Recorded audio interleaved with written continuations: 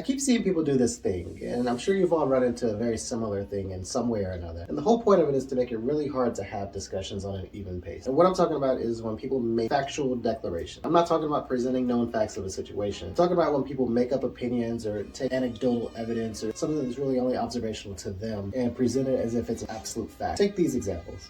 In case it isn't yet clear, you can't simply outline something you want to believe, tag on a statement about how factual it is, and hope that nobody challenges you. Well, you can, but that wouldn't make it factually correct. I hate to say it, but I have to ask the question, and I hate using this tactic. We have to establish, what is a fact?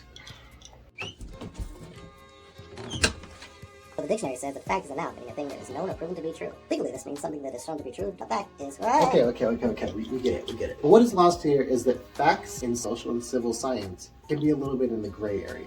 It's hard to prove things right when it's based off of individualized human experience. You've probably heard people say this before. Truth isn't truth. And no, but also kind of yes. Scientifically, and at times philosophically speaking, it is hard to nail things down as objectively true without finding some sterile, clinical way of describing them. But even still, it isn't always the same for everyone. For example, the sky is blue, right? Well, what if you're colorblind? Well, we can say that the sky is what each person can observe to be blue. Well, what if we point out that there isn't any pigment in the sky? Then we describe the sky according to its frequency, and so on and so forth. It's hard to nail things down, even at the base scientific level, as objectively true for every single person. So how do we come up with established facts? Often the thing that establishes those facts are simply observations. You can sit there with the person that you're talking to and decide, this is what we are going to say that particular thing is based off of our observational experience, which in the civil and social science space is often built on personal bias, meaning they're only as good as the framework for which they are presented. And going back to our sky is blue example, if you try and measure the sky as blue using some kind of observable, repeatable process, you might find that someone's instrumentation is messed up and they end up with the wrong kind of observation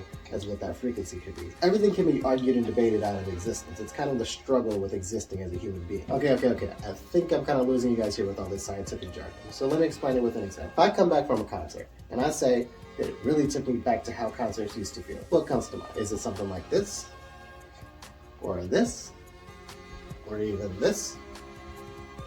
Because of simple experiential differences, your mom, who grew up going to, I don't know, White Snake concerts, probably has an entirely different idea about what concerts are like for someone like you who might just be screaming on the back of a BTS concert. You guys might have different perceptions of what was a good time and what was safe, what was acceptable and what was legal, what was probably a bad choice and what was just kids out having fun. All of this is to say, the world is a squishy gray place. The thing that you hold to be a hard and fast simple rule for your life or how others should live theirs might simply be based on your own experience. Try to be sensitive and understanding to the conditions that shape other people's lives. Be curious and accepting, not condescending and overbearing.